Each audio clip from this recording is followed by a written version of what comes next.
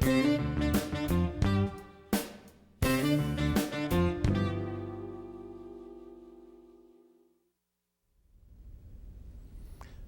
to the Flower Man. I'm Wayne DeBey, and we've been exploring elements of design in this series, and we're going to continue with that tonight. A little different accent. We're going to try to do some holiday ideas tonight. If you have Christmas at your house and want to do some decorating, this may give you some ideas. And I'm going to start out with the ubiquitous Oasis, the green foam that you've seen several times. I'm going to take some fresh greens, and I really wish that you could be here tonight to smell the greens as you work with them. That's probably one thing that we hear more and more as people come into the Flower Nook is that, oh, it smells so good in here this time of year. It's all those fresh greens, and I am sure that anytime you go into a place where we're working with fresh greens, that evergreen fragrance comes out. And I'm going to start with some balsam fir. I have brought several different types tonight. I'm going to tuck it in on both ends of the container. I've got a full block of Oasis in here, so I've got a lot of greens to cover. And if I can find a little more balsam. Most of the greenery that we use for Christmas, for the holidays, comes to us out of the Pacific Northwest. Oregon and Washington are the main places that they grow, and they start cutting the greenery fairly early. September and October, most of the time, they are cutting greenery and getting it boxed up, and then they keep it in coolers until it's time to ship out to florists all over the U.S. They have to have a little bit of lead time in order to do that. Much like we need a little bit of lead time when you want flowers delivered. We don't need days. We need maybe an hour or two to do that. Depends on how busy the season is. I don't know if you can see, but I've just done a basic greening here. If I can get this piece to go in where I want it. And see if I can pour the water off. And we've just got a basic form. If you'll notice across the top of it here, I have some holes poked in. And what I'm going to do with that, I'm going to take some candles and march them across the top. This is going to be a very traditional form that I'm making to start with. This is really kind of a, I guess you'd call it a Martha Stewart sort of form. Martha was very good in taking the traditional forms and using them over and over again. A lot of repetition in her design, a lot of mass, and that's really what we're going to try to copy here tonight. Now I brought a fifth candle, and I'm not sure that whether I need that or not. Maybe I need to reverse these. And I have this repetition going down the row here. The same sort of material over and over again. Next, I'm going to take some of this princess pine, and you can cut it.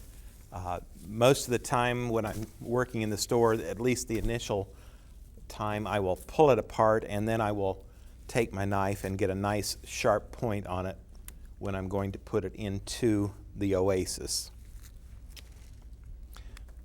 And this is one of those things that greenery in the wet foam will last a long, long time. It's something that you could do up ahead of time. And as long as you keep your foam moist, you would have nice, fresh, fragrant greenery. Wouldn't have any big fear about it drying out before the season is over. Like I said, this is going to be a mass arrangement, and we're going to just do a mass of flowers. I might show you while I've got it here in my hand. This is a little candle holder, and it's made especially to use. You can use it in the foam. You could set it into the foam. And let's see if we can get this out of the way. And you can see it sitting down in here, and then the candle just goes in the top much like that. But I found the foam is very forgiving, that you can just cut your holes, drop your candles into it, and there's no big danger of it burning down into the foam because it's wet, it won't catch on fire. I might use this little candle holder, this Handy Andy is the name we call this in the trade. I might use that if I were doing a permanent arrangement and doing something in the silk foam. We're just going to take a bunch of red tulips, and tulips are one of those flowers that not very many years ago were very rare this time of year, and now we're finding lots of tulips coming into the market. They're growing them not only in the traditional places in Holland and those sorts of places, but they're growing a lot of them in Northern California and in Oregon. They even grow them in Canada and bring them into the U.S. Depends on really where in the U.S. you're located as to where the tulip supply comes from at this time of the year.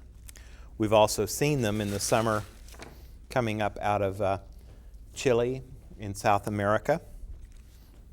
And so it gets to be just such a worldwide trade in something as simple as flowers. And you have to remember when you work with a flower, with the tulips, that they are going to do their own thing. I'm placing them now in place, roughly where I want them, but I know that tulips are geotrophic. They will bend to the light, they will move around, and they will change shape and form as they open and close. So I just cannot think that this is exactly where I'm going to put it. It's where it's going to stay, which is the beauty of tulips. That's one of the things that I think people like about them. There's something wild in them, and it's also one of those harbingers of spring that even on the cusp of winter, we know that spring isn't that far away. Now I've got my basic framework going here.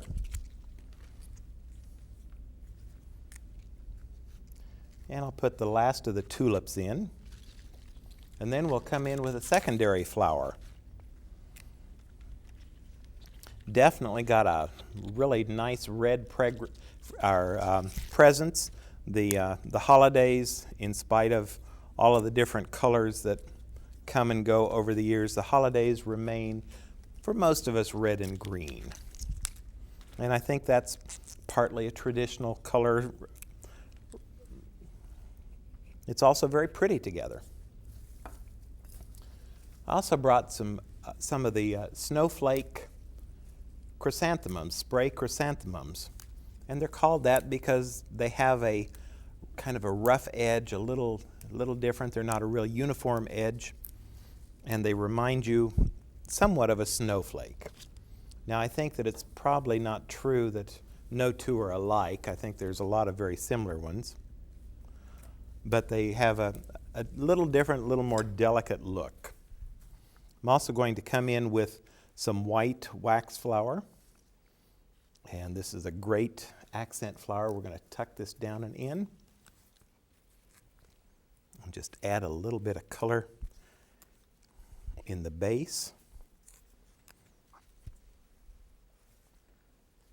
Come back next with some of the palms.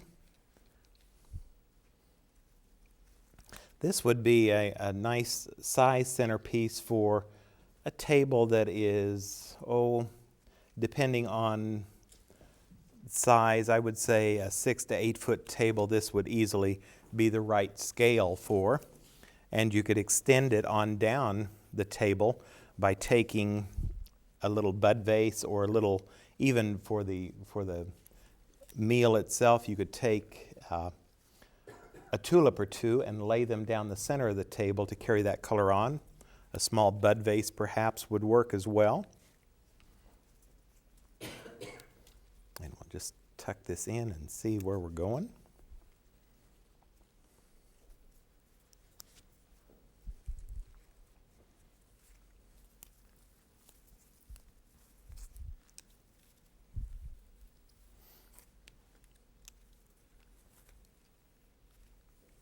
tulips are already starting to open. They've been out in the room temperature now for, I suppose, about an hour, and they're opening, starting to change shape a little bit.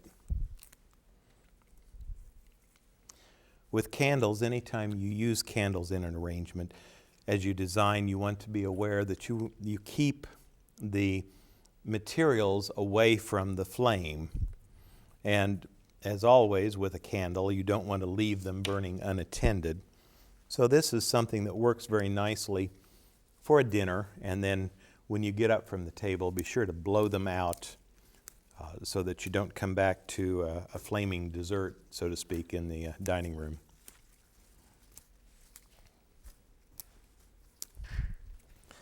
And again, we're just doing really a mass arrangement. We're going to do the same flower over and over and fill in the blanks with it. I've got a couple of other tricks that we could come up with here if we need them as we get a little bit further down the road. Christmas tends to be one of the busier times in the floral industry, as with many retail businesses, partly because it starts early and then runs really from Thanksgiving through Christmas. And so we keep working and keep going day by day. Closer it gets to Christmas, the more of a crescendo it becomes.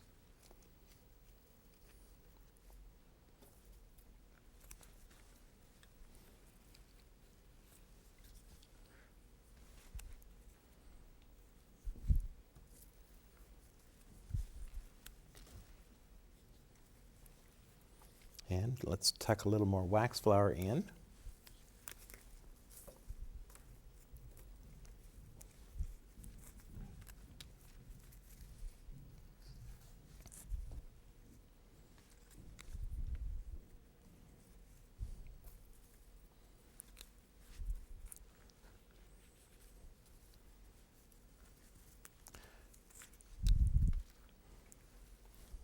And I think it's about the time that I need to turn this a little bit so I can see what I've done on the front.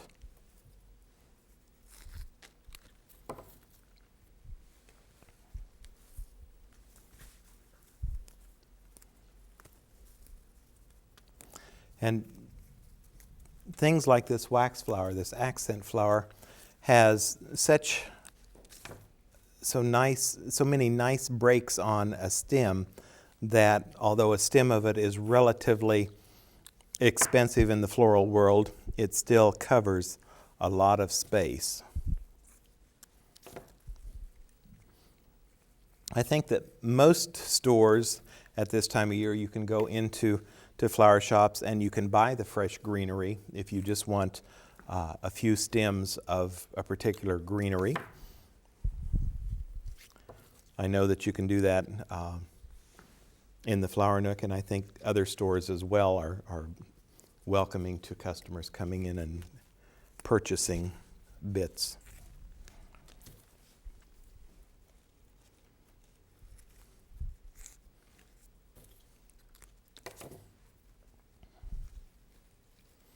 Now, as a last little add-on, or maybe not even a last little add-on, we could keep adding to this for a long time.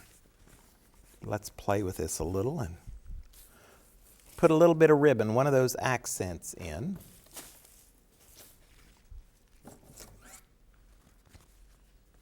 And I do like to include ribbon, especially at Christmas. It adds a little bit of that glitz to things. It makes it just kind of come alive with color.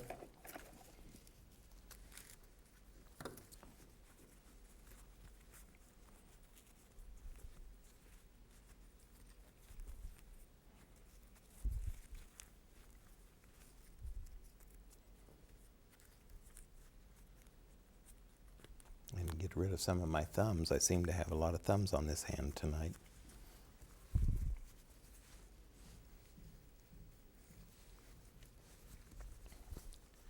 Just going to kind of weave this through because, again, we're doing we're doing mass, we're doing repetitions. So what I want to do with this is just march it down with the rest of the candles and the greenery, and come out on this side. And we'll do another little loop on this edge.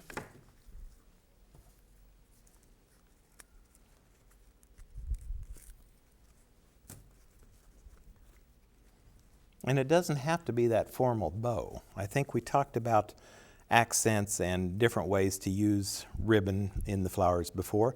And this is just another one of those ways. It does not have to be in a formal bow. In fact, it's kind of fun just having the little loops of it, and tuck it in. And in this case, I'm going to turn it a little more right side up, get my edge nice and neat. And do a little trim on this edge.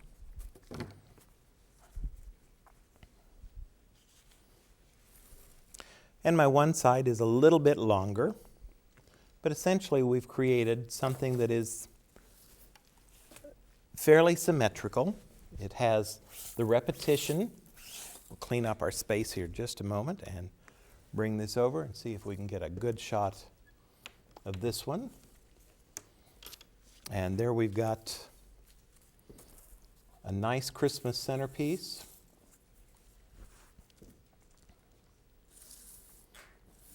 Mass and repetition, and so we'll set it up here. I've got a quick trick I want to show you while we're in that red and green phase.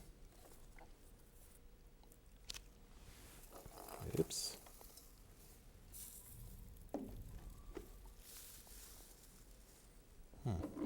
There's the rest of my stuff.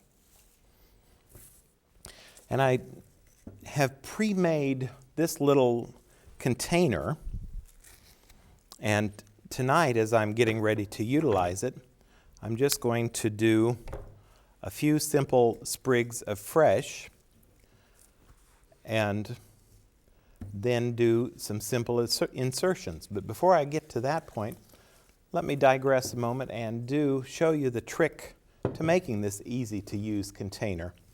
I'm using a standard ivy bowl, very, very traditional, very available sort of container.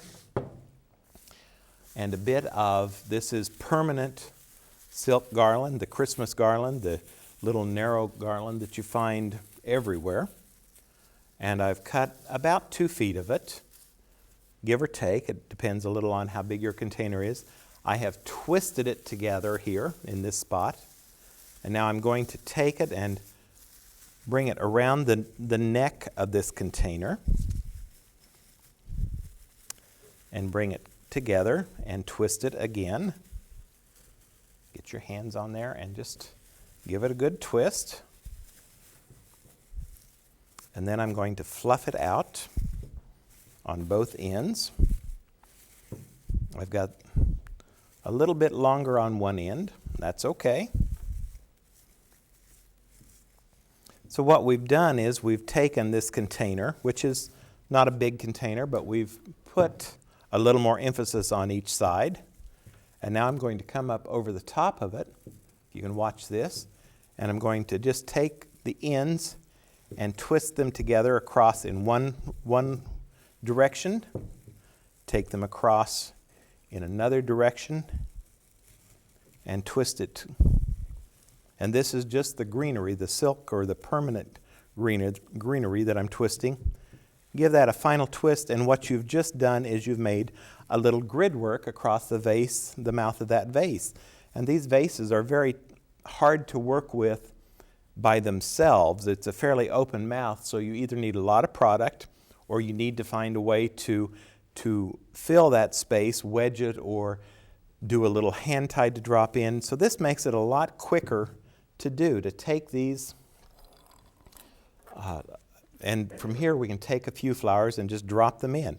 I'm going to take, I brought some little ornaments, and since I have silver in the base of this, I'm going to take a little bit of silver balls and put in here. Well, maybe I'm going to, there we go. I'm going to say it should just come right on there. Again, you use the mechanics of your permanent botanicals, and we'll just add a little bit of Christmas to the top of it.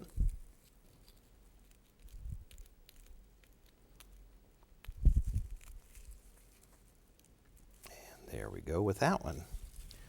And somewhere I've cut a bit of silver ribbon. It's escaped.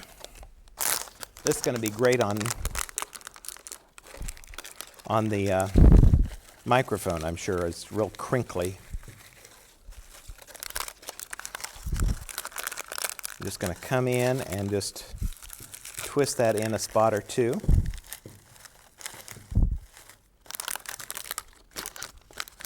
And loop it on through.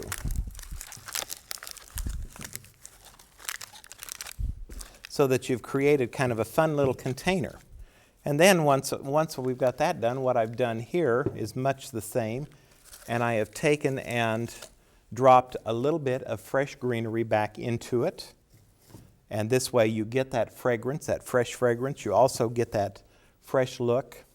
And now we're just going to take a few fresh stems and give them a fresh cut. That's always important when we work with product.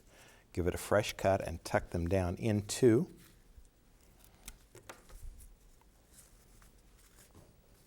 And these are little spray roses. This in my hand is a red carnation, but the little spray roses is what I've been tucking in.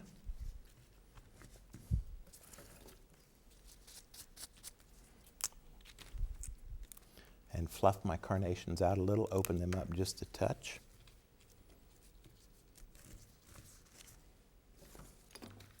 And I'm basically doing it's a basing technique. I'm putting the carnations in low.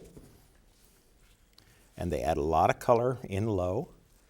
And then I'm taking the flowers, the roses, and I'm going to put them up a little bit higher.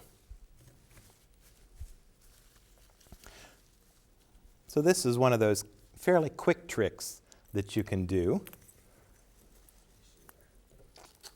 We'll see where we go from here.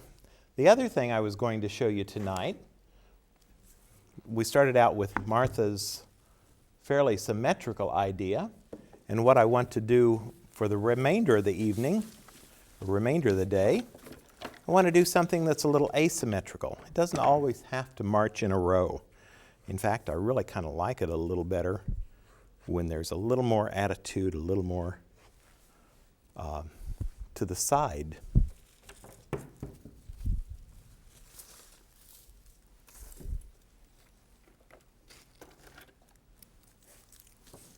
And somewhere I've buried, there they are, buried my little picks. I'm going to take and put a pillar candle. I've used a trio of tapers, and I like that odd numbers.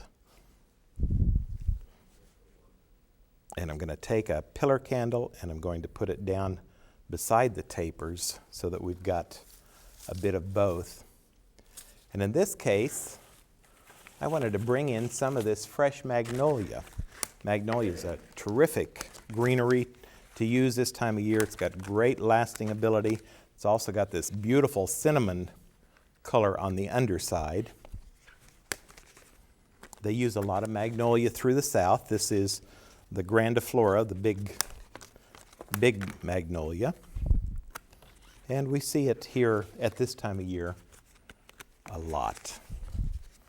It's a good texture. It's got a great glossy leaf on one side and that beautiful cinnamon on the other.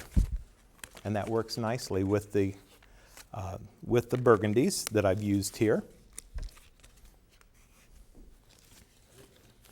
I also brought some pepperberry, which is another texture, and I know that on one of the previous episodes we had the hanging pepperberry. This is the Brazilian pepperberry, and it's upright. It doesn't drape like the other, but it still has a very nice form. We can come in here and tuck a little bit of it in. It's also a very quick form. It fills a lot of space quickly. Again, adds a great texture. going to use a little bit of silver fir. And silver fir is so called because of the back of it. This is the front side, or the top side of the leaf, but on the back side it's got this beautiful silver color to it. And tuck a little bit of that in.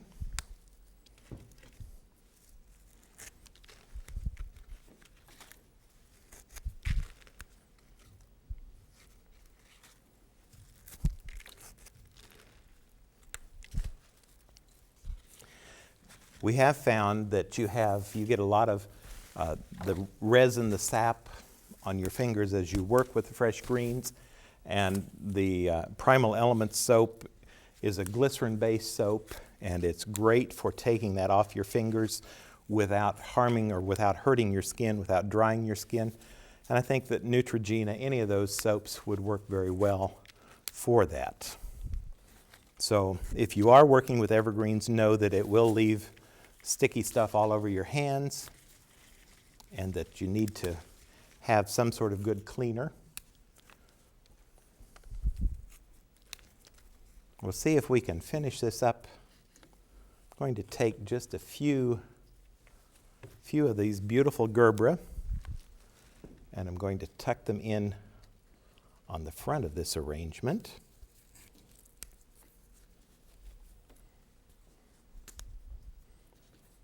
Bring them in a little low.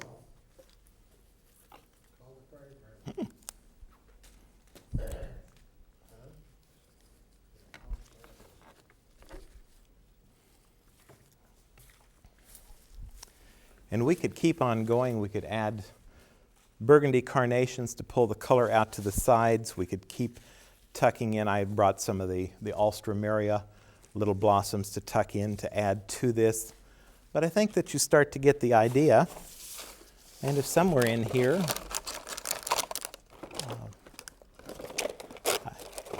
oops.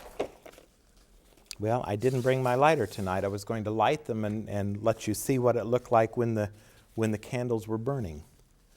But I hope that this gives you some ideas. This one is back to, it's a little more asymmetrical. It's not that precision. I think that this works nicely. And you can take this same technique and use it on a mantle, on the foyer table as you come into the house. Lots of places that you could use this little more asymmetrical technique. Tonight, I hope that we have presented some different ideas for the holidays. If you have questions, if you want to know a little bit more about what I've done, please give me a call. I'm at work most days from 8:30 till 6, and I'm happy to answer questions. And we'll set this one forward where we can get a little better view. I'm Wayne DeBey, and this has been The Flower Man.